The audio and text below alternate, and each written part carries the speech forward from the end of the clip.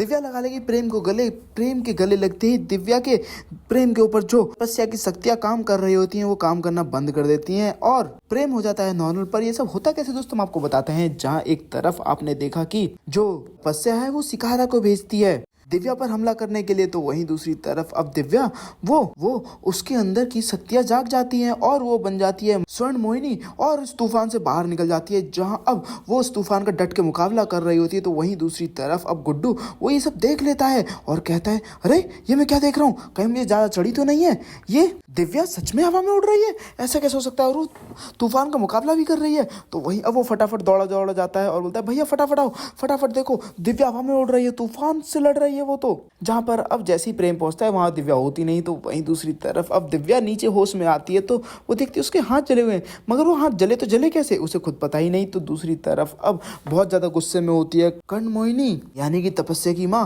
वो तो तपस्या गला तक दबा देती है और कहती है कि 2-4 दिन मनुष्य के साथ क्या रहे उन्हीं की तरह सोचने लगे, मुझे कोई फर्क नहीं पड़ता कि आखिर प्रेम की शादी किससे हुई और किससे नहीं, मुझे सिर्फ मेरे कुंडल चाहिए जिससे मैं अपनी शक्तियों को हासिल कर सकूं।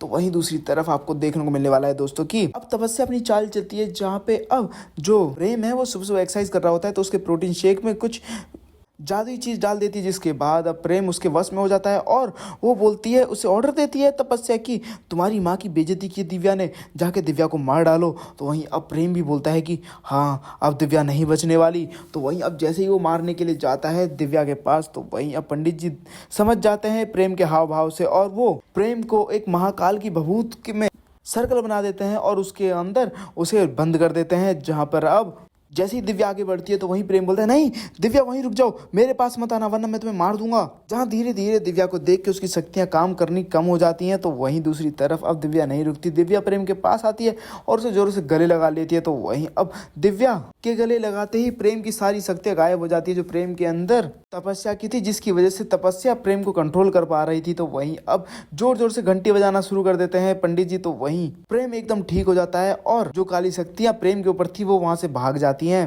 वेल दोस्तों, आपको क्या लगता है, क्या प्रेम और दिव्या के बीच ठीक हो जाएगा सब कुछ? क्या तपस्या के रहते कभी प्रेम और दिव्या एक हो पाएंगे या फिर नहीं? आपको क्या लगता है, मैं कमेंट करके जो बताएं। साथ ही चैनल से लेटेस्ट वीडियो आने के लिए हमारे चैनल को सब्सक्राइब करना ना भूलें।